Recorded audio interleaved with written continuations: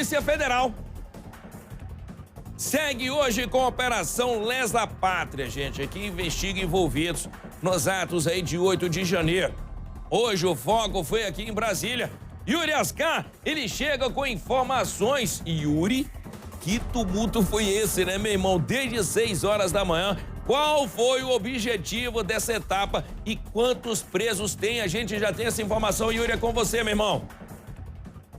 Pois é, Fred, um bom dia para você, bom dia a todos que acompanham o Balanço Geral. Logo pela manhã, a Polícia Federal, em uma operação conjunta com a Procuradoria-Geral da República, prendeu 5 policiais militares oficiais da alta cúpula aqui da Polícia do Distrito Federal, incluindo o atual comandante-geral da corporação, Clepter Rosa.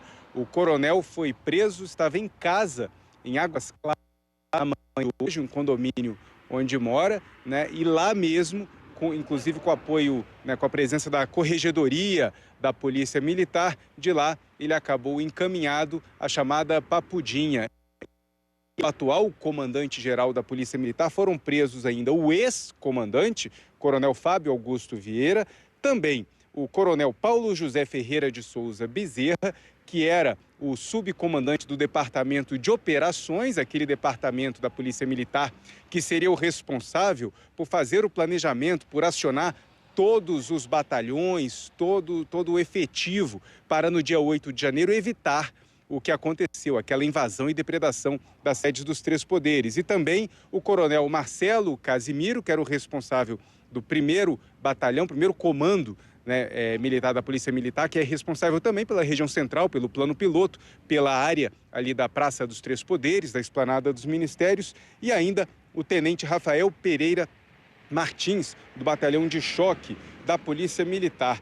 Todos eles foram presos. Havia ainda a determinação de prisão do coronel Jorge Naime, que era o comandante desse departamento de operações da PM, mas ele já estava preso, e também do major Flávio Silvestre Alencar, que também já estava preso. O que motivou essa prisão dessa cúpula da Polícia Militar? Segundo a Procuradoria-Geral da República, eles foram omissos no dia 8 de janeiro, e não apenas isso, mas concorreram para que acontecessem as invasões. E esses indícios foram levantados pela PGR a partir de mensagens de WhatsApp, troca de mensagens. Inclusive, uma delas, para ilustrar o que a PGR considerou muito grave, Fred, foi uma troca de mensagens entre Clepter Gonçalves, que era o subcomandante-geral da PM, e o então comandante-geral da PM, que era o coronel Fábio Vieira, ainda em outubro do ano passado, 2 dias antes do 2º turno das eleições. Ele encaminhou um vídeo ao comandante-geral em que esse vídeo informava que Bolsonaro, presidente da República, o então presidente, estava com o apoio do Exército, com as Forças Armadas, para fazer a mesma coisa do que aconteceu em 64, e que o povo ia para as ruas, que ninguém ia aceitar o Lula ganhar a presidência, e o povo ia pedir intervenção para nos livrar, segundo dizia o vídeo, do comunismo novamente. E o comandante-geral, Fábio Vieira, recebeu esse vídeo e encaminhou para Marcelo Casimiro, que era o comandante do 1º Comando de Policiamento Regional, essa área exatamente que cuida ali da área central de Brasília. Então, para o subprocurador-geral da República, Carlos Frederico Santos, que é quem fez esse pedido da prisão, o que aconteceu aí? Todos eles fizeram parte de um ato de conivência, né, de omissão, e que manifestavam o desejo, segundo essas mensagens, de que fosse efetivado o que, na visão da Procuradoria-Geral da República, era um golpe, uma situação ilegal de não reconhecer o resultado das eleições. Nós já temos, Fred, algumas manifestações da defesa, né, dos envolvidos, inclusive do coronel Jorge Eduardo Naime, que é quem está preso há mais tempo, né, nessa situação, nunca deixou a prisão. A defesa disse que discorda do posicionamento da Procuradoria-Geral da República e que vai responder à acusação que não existe nenhuma conduta omissiva ou ato de conivência praticado no dia 8 de janeiro. Pelo contrário, que apesar de estar em uma dispensa, o coronel foi convocado para se dirigir à Praça dos Três Poderes, quando o tumulto já estava em estágio bastante avançado, e atuou nos estritos termos legais para proteger e zelar o patrimônio público, fazendo inclusive a prisão de diversos vândalos. A defesa do coronel Fábio Augusto, ex-comandante-geral, diz que está preocupada quanto à incorreção conceitual e aplicação metodológica equivocada da teoria da omissão imprópria, bem como pelo manejo destoante das cautelares penais. A defesa entende que ele não deveria ser preso, porque não há racionalidade judicial e está diferente da construção interpretativa historicamente adotada pelo próprio Supremo Tribunal Federal.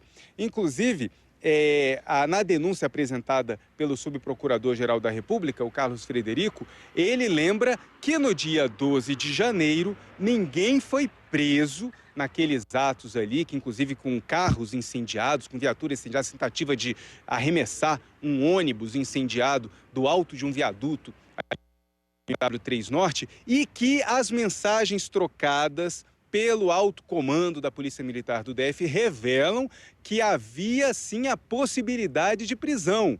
O que não houve foi vontade, porque, segundo o subprocurador-geral da República, essa cúpula da Polícia Militar manifestava, compartilhava da mesma visão ideológica daqueles criminosos golpistas, segundo apontou o subprocurador-geral da República nessa denúncia. Outros presos ainda não se manifestaram, a gente aguarda essa manifestação da defesa dos outros envolvidos nessa operação de hoje. Ao longo do balanço geral, a gente vai trazer todas as informações, Fred. Olha só, eu queria inclusive falar um pouquinho dos comandantes gerais que estão aí nessa situação.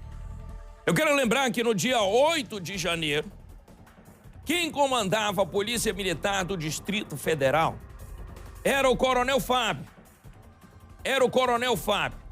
Depois que o Coronel Fábio saiu, foi nomeado, então, pelo interventor, o Coronel Klepter. O Coronel Klepter, se eu não me engano, ele foi nomeado pelo interventor, não é isso, Yuri? E foi preso nessa situação agora porque ele estava na troca de mensagem? Exatamente, ele foi nomeado pelo interventor Ricardo Capelli, exatamente porque era o subcomandante, né? E ali no meio do tumulto, no dia 8 de janeiro mesmo, à noite, Ricardo Capelli já convidou o coronel Klepter a assumir o cargo. Ele, inclusive, contou essa situação à CPI dos atos antidemocráticos na Câmara Legislativa, quando prestou o depoimento, e que depois, com o fim da intervenção federal na segurança pública do DF e o retorno do governador Ibanez Rocha ao cargo, ele foi efetivado no cargo e permaneceu como comandante-geral. Agora, o motivo principal da operação é que, no entendimento da Procuradoria-Geral da República, esse compartilhamento de mensagens de teor golpista, questionando o resultado das eleições, questionando a possibilidade de o então presidente Jair Bolsonaro permanecer no cargo em um golpe de Estado com o apoio do Exército, com o apoio das Forças Armadas e outras fake news que circulavam naquela época entre muita gente, o público comum. Mas o que impressionou aí na visão da Procuradoria-Geral da República é que essas mensagens circulavam e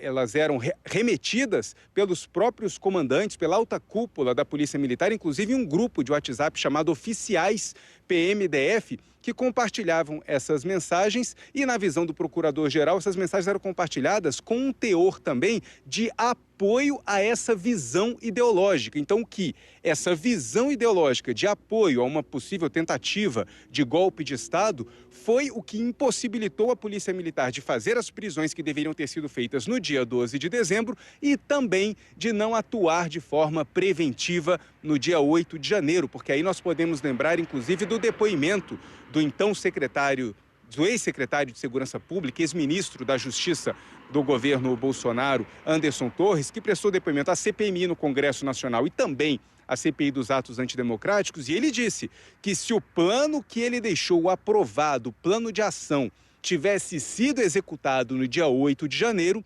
não haveria nenhuma invasão a nenhum prédio público na Praça dos Três Poderes. Então, a investigação tenta se concentrar exatamente nos motivos de por que houve essa invasão. E na visão da Procuradoria-Geral da República, há uma omissão clara desses nomes, dessas autoridades da Polícia Militar do DF, exatamente em razão de compartilhar a mesma visão ideológica desses manifestantes radicais que tentavam um golpe de Estado, Fred. Pois é, agora olha só, PGR, hein, gente? PGR foi quem pediu, então, essas prisões, tá certo? Hoje, ali no calor das emoções, a Polícia Federal tá pedindo, a Polícia Federal tá indo. Qual? Foi a PGR que pediu, então, essas prisões.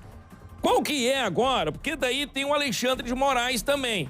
Qual que é agora a partida pro Alexandre de Moraes?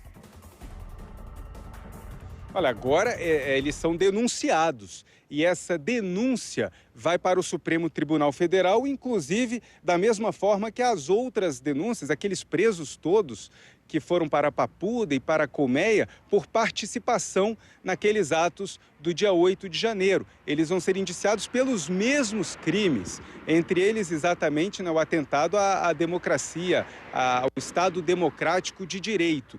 Então devem ser processados, tornados réus no Supremo Tribunal Federal e vão responder a esse julgamento como outros envolvidos já estão respondendo no Supremo Tribunal Federal com a relatoria aí do ministro Alexandre de Moraes.